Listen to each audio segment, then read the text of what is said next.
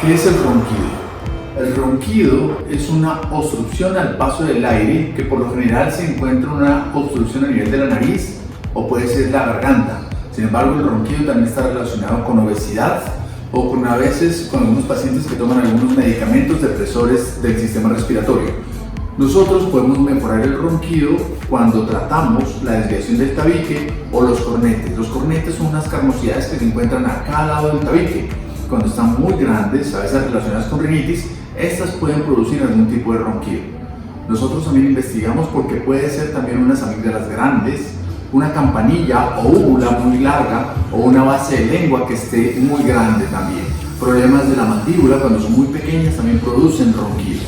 Los ronquidos es importante tenerlos en cuenta porque pueden estar relacionados con apnea del sueño y la apnea puede causar alguna alteración a nivel cardíaco, cerebral o en otros órganos. Nosotros te podemos ayudar a mejorar tu ronquido.